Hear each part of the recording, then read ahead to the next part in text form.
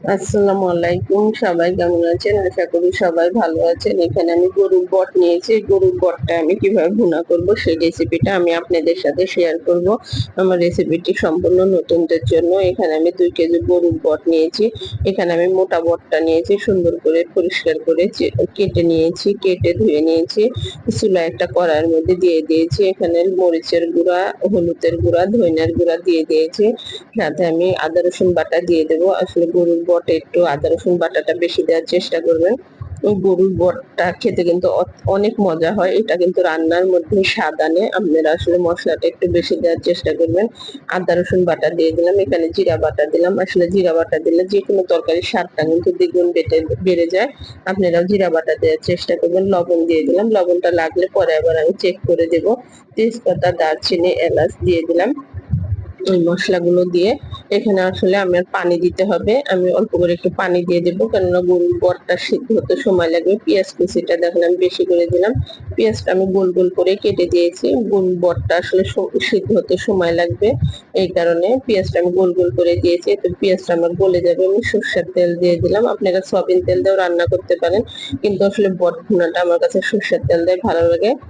আমি একটু পানি দিয়ে দেবো। পানি না দিয়ে আসলে আমি ঢাকনাটা দিয়ে ঢেকে দিয়েছিলাম। এজন্য আমি ঢাকনাটা খুলে নিলাম। খুলে নিয়ে এখানে পানি দিয়ে দিলাম। যেহেতু এখান থেকে পানি উঠবে, আমার এই পানিটাই যথেষ্ট। এই পানিতে আসলে গরুর বটটা আমার সিদ্ধ হয়ে যাবে। যখন বলক আসবে আমি নেড়ে চেড়ে আমি এটা চুলার জালটা লো আঁচে করে চুলায় দিয়ে রাখবো। কেননা বট ভুনাটা একদম রান্না করতে করতে যখন দেখবেন কালো হয়ে আসবে, কালো হলে কিন্তু খেতে কিন্তু খুবই ভালো লাগে। এই যে দেখুন এটা বলক এসে গেছে। আমি ভালোভাবে নেড়ে ছেড়ে নিলাম। নেড়ে ছেড়ে এটা আমি ঢাকনাতে ঢেকে দিলাম। আর তেলটা আসলে একটু কমিয়ে দেওয়ার চেষ্টা করবেন। তেলে আসলে গরুর বটে থেকে কিন্তু প্রচুর পরিমাণে তেল ছাড়ে। দেখুন একবারে কিন্তু আমি পানিটা শুকিয়ে নিয়েছি। পানিটা এভাবে শুকিয়ে নেবো।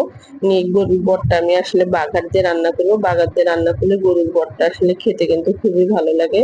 আমি ওই কড়াইটা চুলাই থেকে নামিয়ে চুলায় আমি আরেকটা কড়াই বসিয়ে দিয়েছি। আরেকটা কড়াইতে আমি তেল দিয়ে দিলাম। সর্ষের তেল দিয়ে দিলাম। এটা আমি বাগার দেবো, যেহেতু বাগার দেওয়ার সময় অবশ্যই কিন্তু আপনারা সর্ষের তেল দিবেন। সর্ষের তেল দিলে এত সুন্দর একটা ফ্লেভার আসবে। এই ফ্লেভারের কারণে খেতে কিন্তু খুবই ভালো লাগবে। এখানে আমি সাথে পেঁয়াজ আর সাথে একটু রসুন দিয়েছি। রসুনের ফ্লেভারটা আসলে আমার কাছে খুবই ভালো লাগে।